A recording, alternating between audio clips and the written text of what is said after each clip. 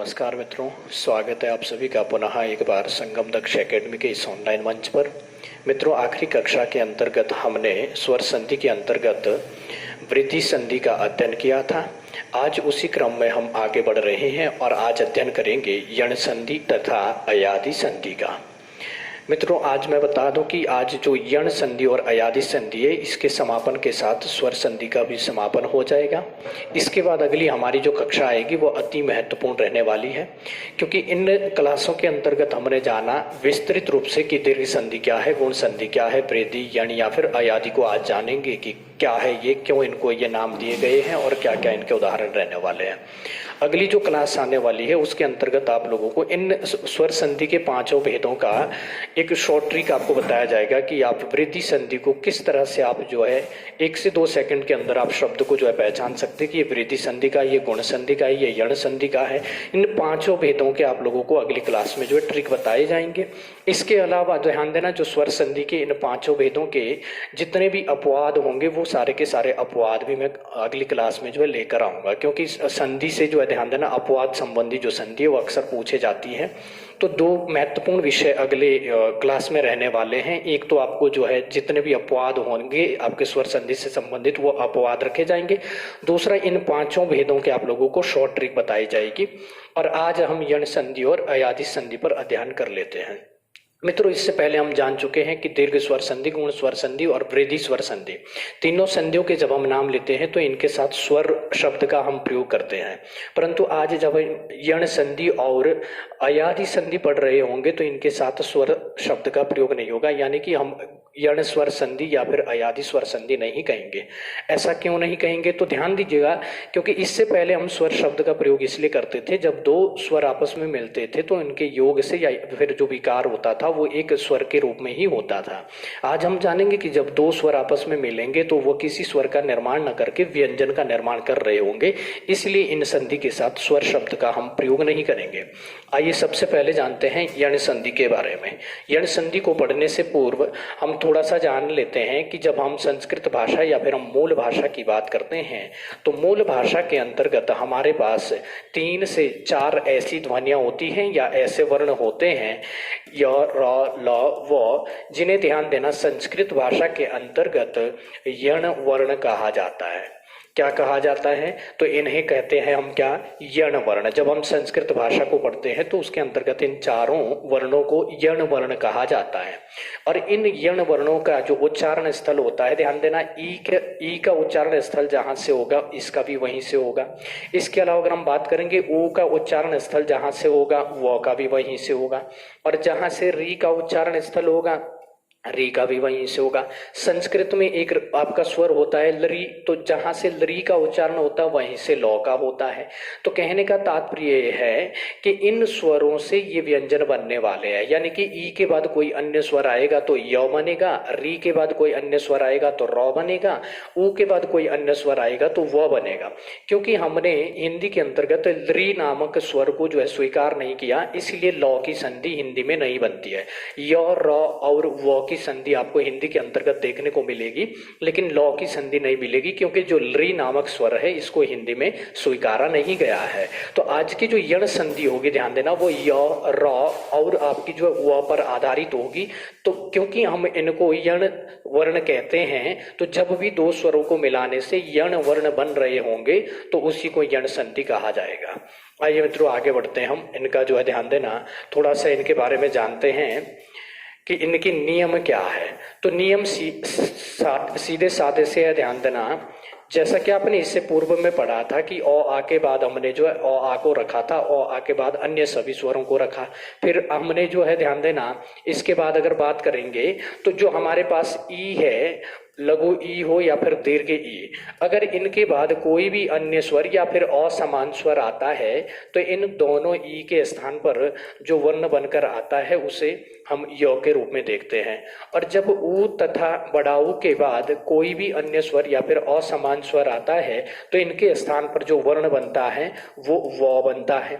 और जब री के साथ किसी अन्य स्वर का योग होता है तो इसके स्थान पर जो वर्ण बनता है वो र बनता है। अर्थात प्रथम शब्द शब्द के अंत में यदि ई, दोनों ई में से कोई एक हो, दूसरे के प्रारंभ में इनके अलावा कोई भी अन्य वर्ण हो, तो इन ई के स्थान पर य बन जाता है। और अगर हम बात करते हैं कि प्रथम शब्द के अंत में छोटा हो या बड़ा हो में से कोई एक हो, दूसरे के प्रारंभ में कोई भी, इनके अलावा कोई भी अन्य स्वर हो, तो इन दोनों के स्थान पर क्या बन जाता है, वो बन जाता है। यदि पहले शब्द के अंत में री हो और दूसरे के प्रारंभ में कोई भी अन्य स्वर हो री को छोड़कर, तो री के स्थान पर र बन जाता है।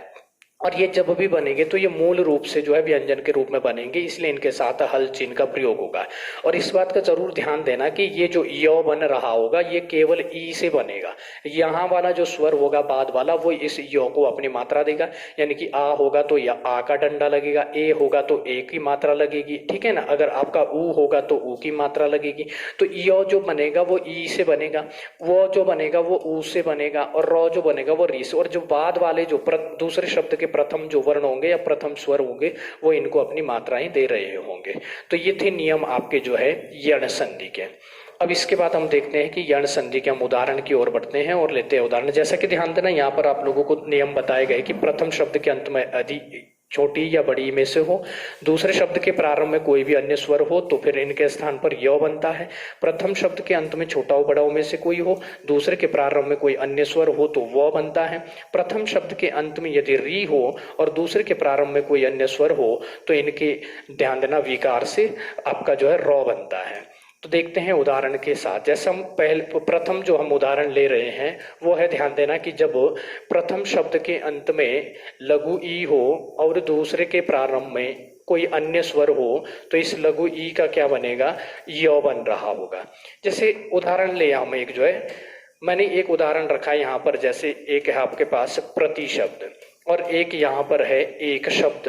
अब क्या कर रहे हैं, तो संधि करनी है, तो इसका अंतिम वर्ण चाहिए, इसका प्रथम वर्ण चाहिए। इसका जब हम अंतिम वर्ण ले रहे होंगे तो इस तौ में क्या करना पड़ेगा, हल चिन्ह का प्रयोग करना पड़ेगा। हल चिन्ह का जैसे प्रयोग करेंगे तो तौ में जो ई है वो अलग हो जाएगी, क्योंकि प्रति में अंतिम वर्ण क्या है, ई है। इस शब्द का हमें प्रथम वर्ण चाहिए, तो प्रथम वर्ण जब इसका हम ले रहे होंगे तो इसमें ए प्रथम वर्ण है। और हमने देखा कि भाई ई के बाद क्या आ रहा है, कोई अन्य स्वर आ रहा है, कोई अन्य स्वर आ रहा है तो ई किस में बदलेगा, य में बदलेगा। तो ई का तो बन जाएगा य, लेकिन ध्यान देना इधर से ए जो है ये ए इसमें मिल रहा होगा, तो जब य में ए स्वर मिलेगा तो फिर क्या होगा, य अपनी मात्रा दे देगा इसको, और जैसे ही मात्रा देगा तो ये बन जाएगा। तो फाइनली हम देखेंगे कि ई और ए के योग से हमारे पास ये बनकर आया। अब जब इधर देखेंगे तो इस जो हमारे पास तौ था, इस तौ से क्या हो गया, ई स्वर आपका अलग हो चुका है, वो व्यंजन के रूप में बदल चुका है, इसलिए तौ आधा रहेगा। और आधा तौ आप जानते हैं कि आधे तौ को कैसे लिखते हैं, तो खड़ी पाई को हटाकर आधा तौ लिखा जाता है। और इन सबको मिलाने के बाद हमारे पास क्या बनकर आया है, य और उसके ऊपर ए की मात्रा और फिर क है। इस प्रकार देखने को मिलेगा कि यहाँ पर शब्द जो होगा वो बन रहा होगा प्रत्येक, यानी कि प्रति धन एक को जब मिलाएंगे तो प्रत्येक बनेगा, क्योंकि इसकी जो ई थी, ई किस में बदल गई है, तो य में बदल गई है। ए ने य को मात्रा दे दी, तो बाकी हमारे पास क्या बचा, प्र बचा है। तो की ई अलग हो गई तो तो आधा हो गया, तो को आधे रूप में लिखेंगे और इस प्रकार से ये शब्द हमारे पास आ रहा होगा। अब देखते हैं यहाँ पर जो उदाहरण हमारे पास दिए हुए हैं, इन उदाहरणों को लेते हैं। प्रथम उदाहरण दिया गया है आदि धन अंत, ठीक है ना, आदि धन अंत। और इस आदि में क्या है, दो में जैसे ही हल चिन्ह का प्रयोग करेंगे तो दो में जो लघु ई लगी है वो अलग हो जाएगी। और अंत में क्या है, प्रथम वर्ण हमको चाहिए, तो अंत से क्या होगा, ओ को अलग करेंगे और अनुस्वार और जो आपका तो है वो अलग हो जाएगा। तो हमने देखा कि ई के साथ किसी अन्य स्वर का जो है योग हो रहा है, तो ई किस में बदलेगा, य में बदलेगा। और य में ई बदल गया तो ओ इसमें योग करेगा। अब तो जैसे ही ओ लगेगा य में तो य पूरा हो जाएगा। तो यहाँ पर हम देख रहे होंगे कि यहाँ पर आद्य है, क्योंकि दो का ई बदल चुका व्यंजन में, दो आधा रहेगा। और इधर से क्या बनकर आया, य बनकर आया इन दोनों के योग से। और लास्ट में आपका तो है, तो ये बन जाएगा आद्यंत, ठीक है ना, क्योंकि इस य में ओ जुड़ रहा है और ओ के बाद आपका क्या था, अनुस्वार था, तो यहाँ पर अनुस्वार का प्रयोग किया जाएगा। तो आदि धन अंत को जब हमने जोड़ा तो क्या प्राप्त हुआ, तो आद्यंत यहाँ पर हमें प्राप्त हो रहा है। आद्यंत मतलब शुरू से लेकर अंत तक। आद्य का मतलब, आदि का मतलब प्रारंभ है, अंत का मतलब मतलब जो समापन है। फिर ले रहे हैं परि उपसर्ग। परि उपसर्ग में भी जैसे ही अंत वर्ण में हम क्या करेंगे, रॉ में हल चिन्ह का प्रयोग करेंगे तो इससे लघु ई अलग हो जाएगी। और अटन का में देखेंगे तो अटन में भी प्रथम वर्ण क्या है, ओ अ है, अटन का मतलब घूमना फिरना होता है। तो देखा हमने कि ई के बाद कोई अन्य है तो ई किस में बदलेगा, तो ये मूल जो है व्यंजन में बदलेगा हलंत के साथ, और इसमें जब अ मिल रहा होगा तो ध्यान देना ये य बन जाएगा। अब इसको जब देखेंगे तो रॉ तो आधा हो जाएगा क्योंकि ई किस में बदल गई, य में बदल गई, और ये दोनों मिलकर क्या बने, य बना है। ठीक है ना, तो ये ध्यान देना य में जब अ मिलेगा तो ये फिर आपका क्या हो जाएगा, पूरा य हो जाएगा, क्योंकि इसके पीछे आपका अ यहाँ पर लगा हुआ था तो ये हल यहाँ पर नहीं लगेगा। तो य बन गया और लास्ट में क्या है, टन आपके पास है। फिर आप जानते रॉ जब भी आधा होता है तो बाद वाले जो है वर्ण के ऊपर चला जाता है। इस प्रकार से परिधन अटन को जब हम जोड़ रहे होंगे तो पर्यटन नामक यहाँ पर शब्द हमें प्राप्त हो रहा होगा। आगे बढ़ते हैं अगले उदाहरण की ओर। अगले उदाहरण में देखो यहाँ पर दिया गया है कि मति धन अनुसार, मति का मतलब है बुद्धि से, तो मति में क्या है, तो में हल चिन्ह लगाएंगे तो यहाँ से ई अलग हो जाएगा। अनुसार में क्या है, प्रथम वर्ण चाहिए हमें दूसरे का, तो अ अलग निकल जाएगा।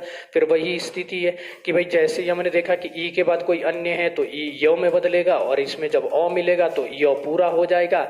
और इस प्रकार देखेंगे तो का ई व्यंजन में बदल चुका है तो आधा रहेगा, और इधर से क्या निकल कर आया, य बनकर आया, और लास्ट का जो टुकड़ा था उसे यहाँ पर जोड़ देंगे तो इस प्रकार ये बन जाएगा क्या हमारे पास, मत्यानुसार। ठीक है ना, तो ये बन रहा होगा मत्यानुसार, मति धन अनुसार मत्यानुसार यानी कि बुद्धि के अनुसार। तो इसका जो ई था ना, ई वो ई देखो यहाँ पर जो है आपका ई जो है ये आपका यहाँ पर य में बदल चुका है, क्योंकि तो से ई अलग हो गई तो आधा हो जाएगा, और ये य आधा था लेकिन ओ ने मिलकर इसको पूरा कर दिया। इस प्रकार हमें ये यहाँ पर नया शब्द देखने को मिलेगा।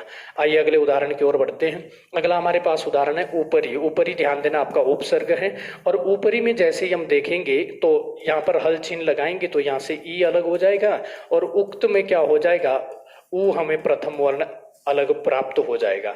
इसमें भी देखा कि ई के बाद जो है अन्य कोई स्वर आ रहा है तो ई आपका य में बदलेगा। य के बाद देखेंगे तो यहाँ पर कौन सा स्वर आ रहा है, आपका ऊ आ रहा है, और य में जैसे ही ऊ लगेगा तो यो बन जाएगा। तो फिर देख रहे होंगे कि रो आपका आधा ही रहेगा, और इन दोनों को मिलाने के बाद क्या बना था, यू बना था, और इसको यहाँ पर हम जो है ले रहे होंगे। और फिर आप जानते कि रो जब भी आधा होता है तो वो बाद वाले वर्ण के ऊपर चला जाता है, ये रेफ वर्ण है, तो ये बन जाएगा हमारे पास ऊपरी धन उक्त को जब जोड़ेंगे तो ये उपयुक्त बन रहा होगा। आइए अगले उदाहरण पर बात करते हैं। आप लोग साथ के साथ आप लोग इसे नोट करते रहेंगे, ठीक है ना। अगला जो हमारे पास उदाहरण है वो है प्रति। प्रति में क्या है, ध्यान देना, तो में जैसे ही हलंत चिन्ह का प्रयोग करेंगे तो लघु ई अलग निकलेगी, और उधर से आपका दीर्घ ऊ अलग हो जाएगा। ठीक है, अब जब देखेंगे कि ई के बाद कोई अन्य स्वर आ रहा है तो अन्य स्वर आते ही ई का क्या बन जाएगा, य बन जाएगा। और य में कौन सा स्वर मिल रहा है, तो आप देखते हैं बड़ाऊ मिल रहा है, तो बड़ाऊ जैसे ही मिलेगा तो बड़ाऊ इसको अपनी मात्रा दे देगा। हमने देखा तो में जो स्वर था वो अलग हो गया तो आधा रहेगा, और इधर से क्या होगा, यू बन जाएगा, और ये हमें शब्द प्राप्त हो रहा होगा प्रत्युष। ठीक है ना, तो प्रतिधन ऊष को जब हम आपस में मिलाएंगे तो यहाँ से हमें शब्द प्राप्त हो रहा होगा प्रत्युष। आगे बात करते हैं अगले उदाहरण पर, प्रतिधन एक। इस पर मैं पहले ही बात कर चुका हूं, ठीक है ना, तो ये मैंने आपको पहले ही बता दिया था प्रत्येक शब्द। ठीक है, यहाँ पर मैं लिख देता हूं आदि धन अंत क्या बनेगा, तो ये बन रहा होगा आपका आद्यंत। इसके बाद अगर बात करेंगे तो ये बन रहा होगा पर्यटन,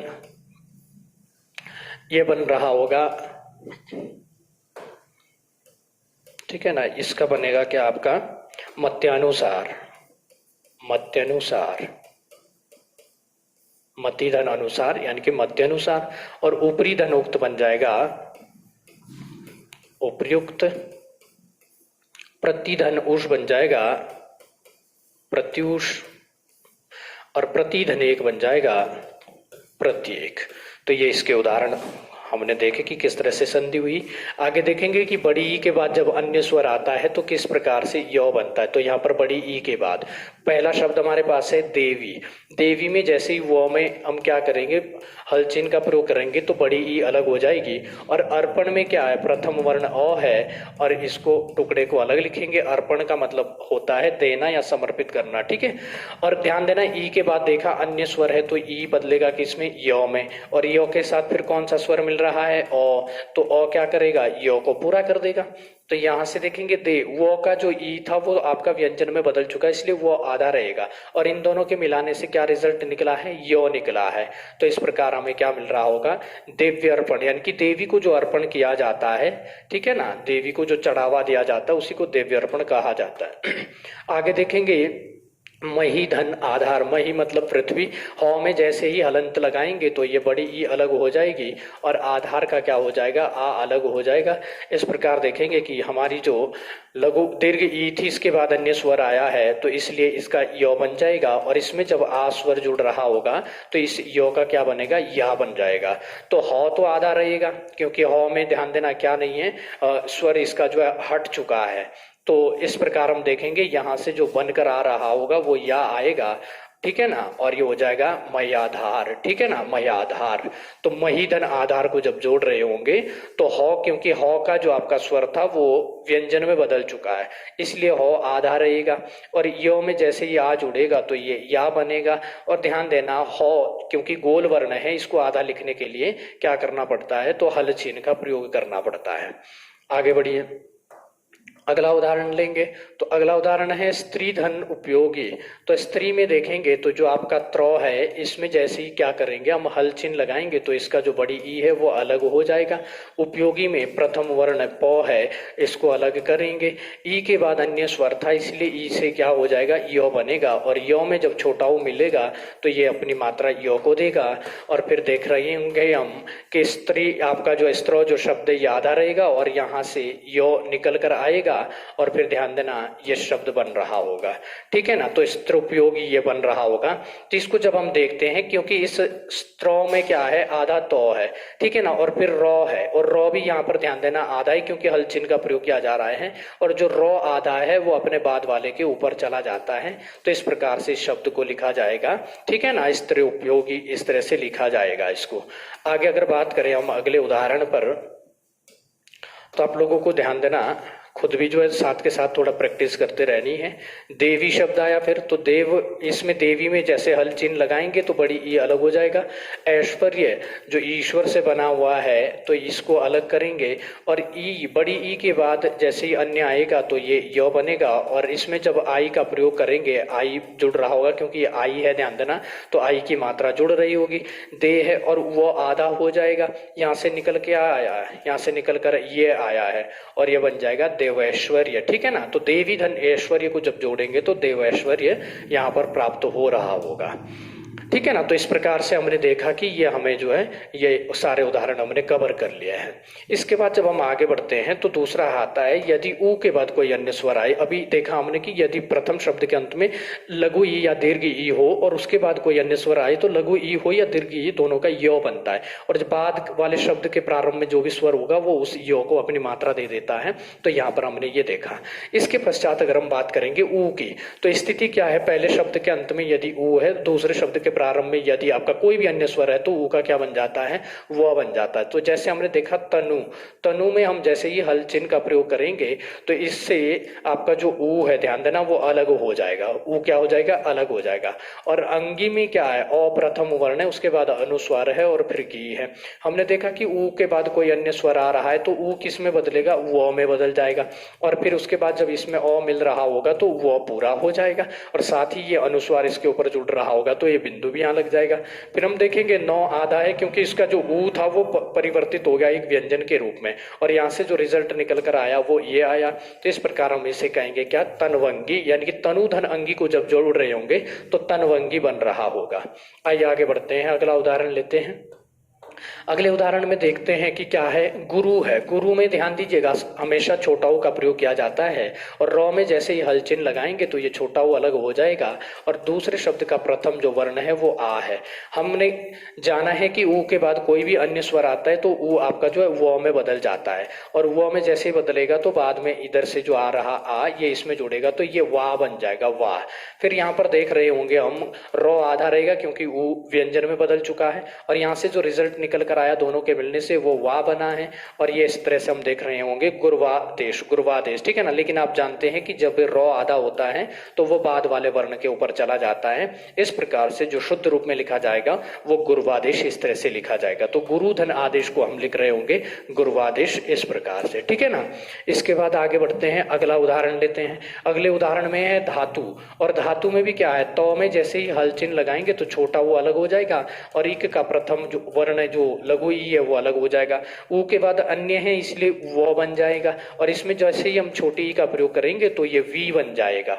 और फिर यहाँ पर देख रहे होंगे कि आपका जो तो है वो आधा है और यहाँ से जो बनकर आया है वो है। और वो से पहले ध्यान देना, हम जानते हैं जब भी हमारे पास जो है संयुक्त अक्षर आते हैं, व्यंजन गुच्छ आता है, तो ध्यान देना जो आपकी छोटी ई की मात्रा होती है वो आधे वर्ण से पहले लिखी जाती है। इस प्रकार ये बन जाएगा धात्विक। तो धातु धन एक को जोड़कर धात्विक। तो ये आधा तो था इसलिए मात्रा का प्रयोग यहाँ से किया जाएगा, लेकिन ये मात्रा किसके ऊपर है, वो के ऊपर, इसलिए वो तक मात्रा हमें पहुंचानी है, तो ये धात्विक बन जाएगा, ठीक है ना। ठीक है ना। तो ये हो गया हमारा धातु धन एक, ये बन जाएगा धात्विक। तो ध्यान देना इस वाले के मैंने आप लोगों को 3 उदाहरण बता दिए हैं। एक तो आपको बता दिया ये आपको जो है तनु वाला, फिर गुरु वाला, फिर धातु वाला, इनको मैं लिख भी देता हूँ। तनु धन अंगी जब लिखेंगे हम तो ये तनवंगी बन रहा होगा। इसके पश्चात जब गुरु धन आदेश हम जोड़ रहे होंगे तो ये गुर्वादेश बन रहा होगा। इसके अलावा हमने अभी देखा धातु धन इक जब जोड़ रहे होंगे तो ये धात्विक बन रहा होगा। इसके अलावा यहाँ पर अनु है, ये इक्षण है, ध्यान देना इसे इक्षण मत रखना, ये जो है इक्षण है। ये 3 उदाहरण जो है ये आप लोगों को स्वयं करने हैं, और जो भी इसका रिजल्ट आपको निकल रहा होगा इनको मिलाने से जो संधि बन रही होगी वो कमेंट बॉक्स पर जो आप जरूर लिख देना, और साथ में इनका अर्थ भी लिख देना जरा। अनु का अर्थ क्या है, इक्षण का अर्थ क्या है, अनु का अर्थ क्या है, ऐषण का अर्थ क्या, लघु और ओष्ठ का मतलब यहाँ पर क्या है। और इनमें अगर मैं आप लोगों को बता दूं तो इनके जो जब आप जोड़ोगे इनका संधि जो बना रहे होंगे तो उसका भी अर्थ बता देना कि क्या अर्थ बन रहा है। और फिर मैं अगली जो क्लास होगी उसमें मैं इसके आप लोगों को बता दूंगा, क्योंकि अगर समझना होगा तो 3 उदाहरण ऊपर दे रखे, इसी से समझ गए होंगे। ज्यादा समय बर्बाद ना करते हुए मैं 2-2, 3-3 उदाहरण स्वयं बता दूंगा, बाकी आप लोग जो है खुद करोगे।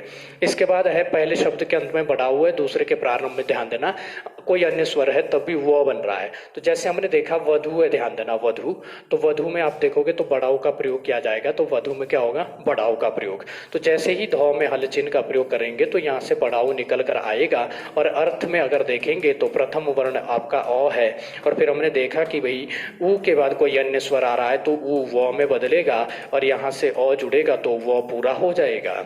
इस प्रकार हम देख रहे होंगे इस धौ के साथ जब देखेंगे तो इसके, क्योंकि धौ आधा है, इसका ऊ जो है वो आपका व्यंजन में बदल चुका है, तो यहाँ से वो को लेंगे और ये यहाँ से प्राप्त होगा। तो फिर आप जानते धौ को जब भी आधा लिखना होता है तो इस तरह से खड़ी पाई को हटा कर लिखते हैं, तो ये बन जाएगा वध्वर्थ, ठीक है ना। तो वधु धन अर्थ को जब जोड़ रहे होंगे तो वध्वर्थ बन रहा होगा। इसके बाद अगला जो उदाहरण है इसका वो उदाहरण है, ध्यान देना वधुधन, वधुधन। तो वधु का क्या है, धौ में जैसे ही हम क्या करेंगे हल चिन्ह का प्रयोग करेंगे तो ऊ अलग हो जाएगा। और आगमन में भी क्या होगा, तो इसका जो है गमन अलग रहेगा, प्रथम वर्ण आ अलग हो जाएगा। ऊ के बाद क्योंकि कोई अन्य स्वर है इसलिए ऊ आपका किस में बदलेगा, वो में बदलेगा, और वो में जब आ स्वर मिलेगा तो ये वा बन रहा होगा। फिर देखेंगे यहाँ पर वो है और धौ आधा है, इसका व्यंजन स्वर बदल चुका है व्यंजन में, तो धौ आधा रहेगा। और यहाँ से जो हमने देखा रिजल्ट क्या निकला है, वा निकला है, और ये बन जाएगा क्या, वध्वागमन। तो वधुधन आगमन को जब जोड़ेंगे तो ये वध्वागमन बनेगा। इसके पश्चात हम देखेंगे, ध्यान देना अब री वाले आते हैं, तो 1-2 मैं इसके भी बता देता हूँ, बाकी आप लोग खुद करोगे। तो क्या है स्थिति कि यदि प्रथम शब्द के अंत में री आता है और दूसरे के प्रारंभ में री के अलावा कोई भी अन्य स्वर आता है तो री जो है आपका वो रॉ में बदल जाता है। देखिए कैसे, तो प्रथम शब्द के अंत में आपके पास री है, क्योंकि पितरी ये तो में जो नीचे आपको स्वर दिख रहा है, मात्रा दिख रही है, री की है, तो में हलंत लगाते ही री अलग हो जाएगा। और आगे देखेंगे तो अनुमति में प्रथम जो वर्ण है वो अ है। इस प्रकार आप अगर देख रहे होंगे कि भाई हमने पढ़ा है नियम कि री के बाद कोई भी अन्य स्वर आए तो री बनेगा, और री आपका जो है हलंत वाला होता है, इसमें जैसे ही आपका अ मिलेगा तो ये पूरा रॉ बन जाएगा। अब इसके बाद देखेंगे तो पी है और तो आपका आधा है, इसके बाद इनको मिलाने से क्या बनकर आया था, तो रॉ बनकर आया है, और ये बन जाएगा नोमति। इसके अलावा जब हम देखते हैं रॉ के आप लोगों को मैंने नियम बताए थे जब हमने वर्णमाला पढ़ी थी कि रॉ से पहले यदि कोई खड़ी पाई का वर्ण आधा होता है तो रॉ उसमें मिल जाता है, और किस रूप में मिलता है तो प्रारंभ में उसके मिल जाता है। जैसे हम देखेंगे ये तौ है, तो तौ के बाद जो रॉ है वो रॉ यहाँ पर जुड़ जाएगा, ठीक है ना, और ये इस प्रकार से लिखा जाएगा पितृनुमति, ठीक है ना। तो तौ से रॉ से पहले कोई भी खड़ी पाई वाला वर्ण जब भी आधा होगा तो रॉ आपका जो है उसमें मिल जाता है, उसमें सम्मिलित हो जाता है। तो उसी नियम के अनुसार यहाँ भी हमें मिलाना है।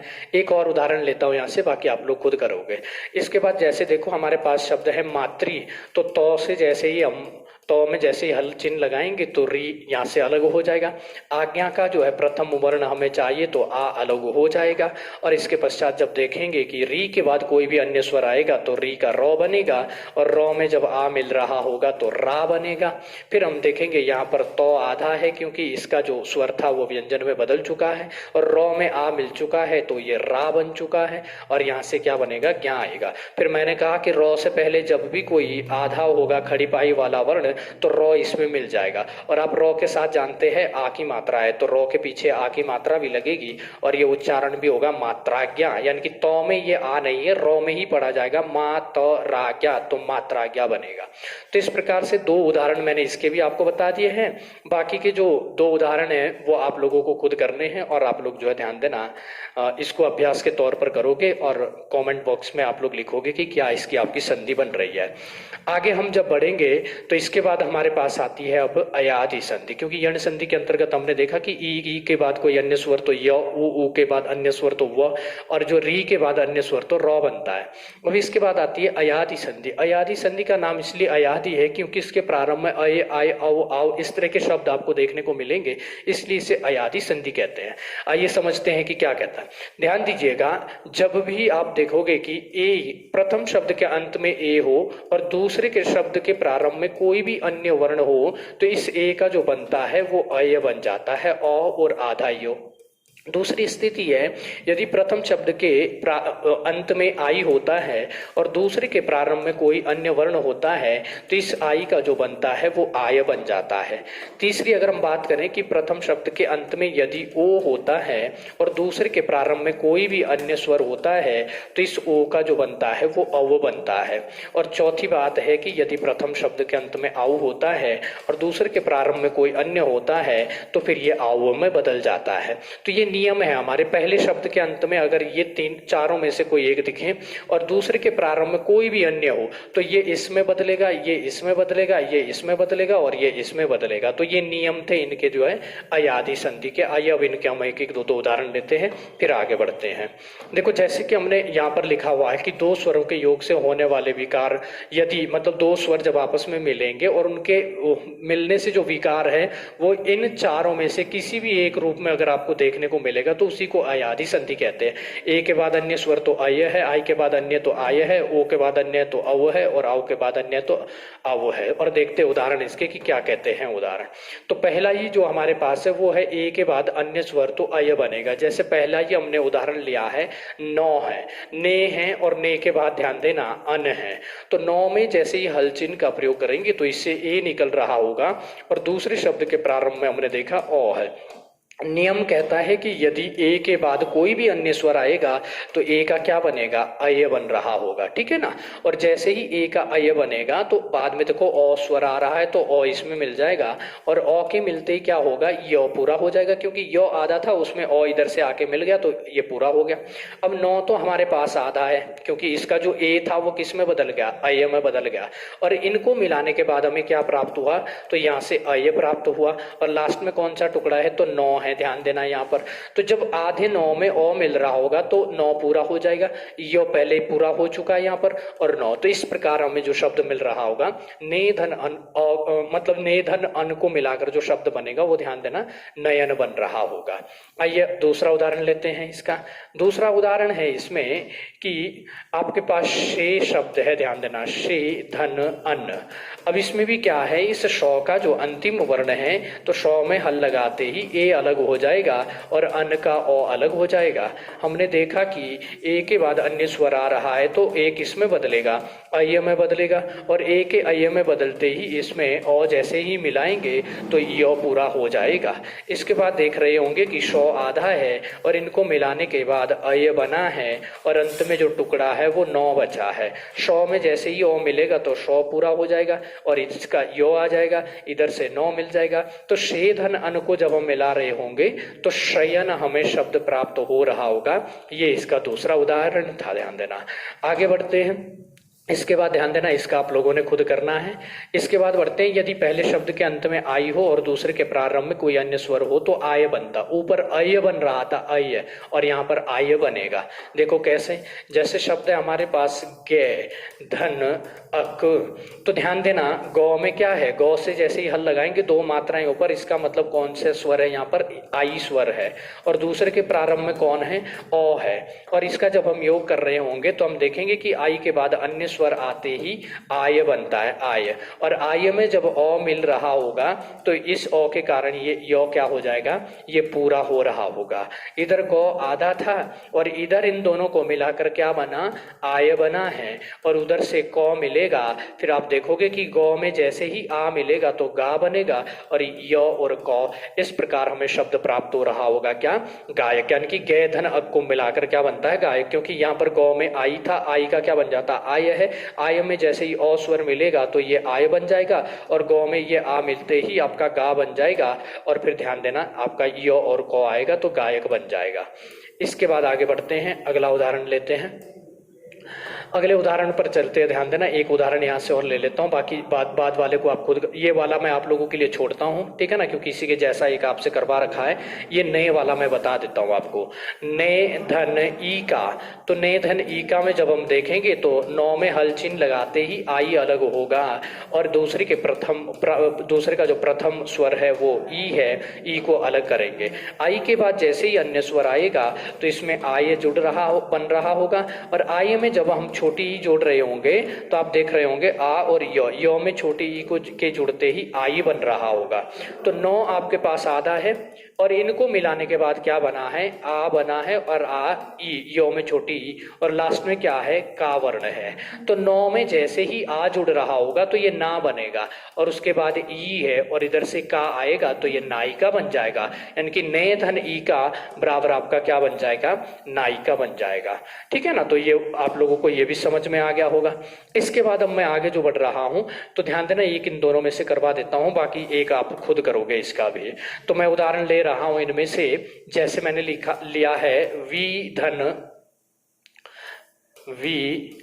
विधे में ध्यान देना, धौ में जैसे ही हल चिन्ह का प्रयोग करेंगे तो इससे आई अलग हो जाएगी और अ से अक से क्या करेंगे, प्रथम वर्ण अ को अलग करेंगे। तो आई के बाद अन्य स्वर आने का मतलब है कि आई का क्या बनेगा, आय बनेगा और इस आय में जैसे ही अ जुड़ेगा तो ये यो को क्या करेगा, पूरा कर देगा, आय बन जाएगा। अब हमने देखा धौ आधा था यहाँ पर और इसके बाद जो इनको मिलाने के बाद बनकर आया रिजल्ट जो निकल कर आया वो आय का निकला है और लास्ट में कौ है। फिर देखेंगे कि इस धौ में जैसे ही आ जुड़ेगा तो धा बन जाएगा और ये यो है और ये कौ है, विधायक बन रहा होगा। ठीक है ना, तो बाकी इसके बाद जो उदाहरण 2 मैंने यहाँ पर छोड़े हैं वो उदाहरण ध्यान देना आपको स्वयं करने हैं, क्योंकि कुछ तो आप लोग खुद भी करते रहेंगे साथ के साथ, तभी सीख पाओगे। तो 2 उदाहरण यहाँ से मैंने आपको बता दिए, 2-3 उदाहरण और 2-1 उदाहरण जो बचे हुए हैं ये आप लोगों को स्वयं करने हैं। आइए आगे देखते हैं कि आगे क्या उदाहरण है हमारे पास। तो अगला है कि पहले शब्द के अंत में ओ है और दूसरे के प्रारंभ में कोई भी अन्य है ओ के अलावा, तो ओ का क्या बनेगा, अव बनेगा। जैसे हमारे पास शब्द है गो, गो के बाद दिया गया है ईश, तो देखेंगे जैसे ही गौ में हल चिन्ह का प्रयोग करेंगे तो गौ में लगा हुआ ओ अलग हो जाएगा और दूसरे शब्द का हमें प्रथम वर्ण चाहिए जो कि आपका क्या है, दीर्घ ई है। तो यहाँ पर देख रहे होंगे कि ओ के बाद कोई भी अन्य स्वर आता है तो ओ आपका किस में बदल जाता है, अव में बदल जाता है और इसके बाद कौन सा स्वर इसमें मिल रहा है, बड़ी ई मिल रहा है। तो ध्यान दीजिएगा यहाँ से हमें देखने को मिलेगा कि हमें इस प्रकार देखने को मिलेगा कि जो आपका वो था उसमें जब बड़ी ई मिलेगी तो अवी बनेगा, यहाँ पर अवी। गौ आधा है, क्यों? क्योंकि इसका स्वर तो बदल चुका है इस रूप में, और इन दोनों को जैसे हमने मिलाकर देखा तो क्या बना है, यहाँ पर अवी बना है। और ध्यान देना इधर से आपका शौ निकल कर आएगा। इस गौ में जैसे ही आपका ओ मिलेगा तो गौ पूरा हो जाएगा, और इधर से ये वी और शौ शब्द आ जाएगा तो ये बन जाएगा गवीश, यानी कि गोधर ईश को जब मिला रहे होंगे तो गवीश बनेगा यहाँ पर। और आप लोग साथ के साथ इसे नोट भी करते रहना, ठीक है ना।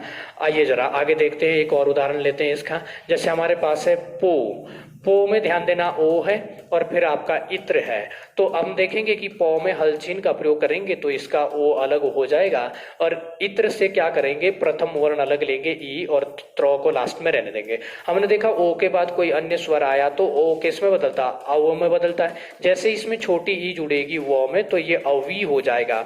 इधर पो आपका आधा था और इधर देखो इन सबको मिलाने के बाद क्या निकल कर आया, अवी निकल कर आया, और यहाँ पर टुकड़ा क्या बचा था, त्रो बचा था। पो में जैसे ही ओ जुड़ेगा तो पो पूरा हो जाएगा, और वी है और त्र, तो इस प्रकार ये हमें शब्द प्राप्त होगा क्या, पवित्र। यानी कि पोधन इत्र को मिलाने से क्या बन रहा होगा, तो ये पवित्र हमें जो है शब्द प्राप्त हो रहा होगा।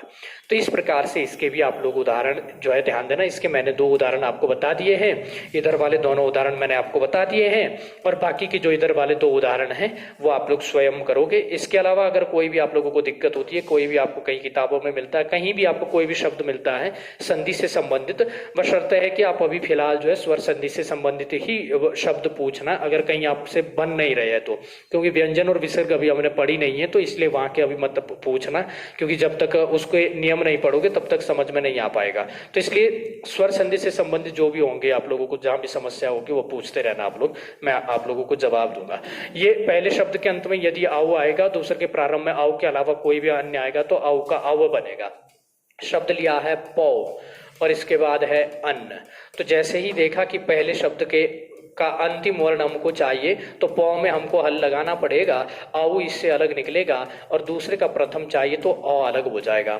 आऊ में देखा हमने कि आऊ के बाद कोई भी असमान स्वर आया है तो आऊ आपका किस में बदलता है, आऊ में बदलता है। और आऊ में देखेंगे कि ओ मिलेगा तो ये जो वो था आपका ये पूरा हो रहा होगा, यानी कि ये स्वर सहित हो जाएगा तो पूरा बन जाएगा इस प्रकार से। तो यहाँ पर इसका रिजल्ट ये निकल कर आया, और पौ आधा रहेगा क्योंकि इसका आऊ तो आऊ में बदल चुका है, और इसके बाद जो बनकर आया यहाँ से वो आओ बना है, और लास्ट में नौ है।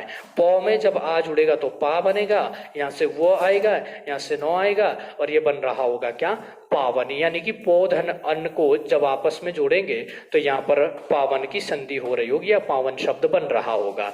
इसके अलावा अगर मैं आपको बता दूं तो इनमें से भी कोई एक शब्द मैं बता देता हूँ, ये मैंने आपको बता दिया है, ये बता देता हूँ, बाकी के ये दोनों जो है वो आप लोगों को खुद बनाने हैं। शब्द आपके पास क्या है, श्रो है, श्रो धन अन्न है, ठीक है ना, श्रोधन अन्न। तो इस श्रो में क्या है, जैसे इसमें हल लगाएंगे तो इससे इसके अंदर जो आऊ था वो अलग हो जाएगा, यहाँ से ओ अलग हो जाएगा। और हमने देखा कि आऊ के बाद कोई अन्य स्वर आया है तो आऊ किस में बदलेगा, आऊ में, और इस आऊ में जैसे ही ये ओ स्वर जुड़ेगा तो वो पूरा हो जाएगा, आऊ इस तरह से लिखा जाएगा। अब हम देखेंगे कि यहाँ पर शौ है हमारे पास आधा है, और इनको मिलाने के बाद हमें क्या प्राप्त हुआ है, आऊ प्राप्त हुआ है, और इसके अंत में नौ निकल कर आया है। श्रौ में ध्यान देना, जैसे ही हम आ को जोड़ेंगे तो श्रा बनेगा, और इधर वो है, और फिर हम जानते हैं, ध्यान देना कि जब भी प्रथम शब्द में कहीं भी आपको शौ या फिर आपको ध्यान देना रॉ या फिर री देखने को मिलेगा, और बाद वाले शब्द में किसी भी स्थान पर अगर आपको जो है नौ देखने को मिलता तो आपका किस में बदल जाता है, वो अणो में बदल जाता है नौ। ये आपका जो है जब हम व्यंजन संधि पढ़ेंगे तो व्यंजन संधि के नियम के अंतर्गत आता है, तो ये श्रावण कहलाएगा, ध्यान देना। तो श्रोधन अन्न को जब जोड़ रहे होंगे तो ये श्रावण बन रहा होगा।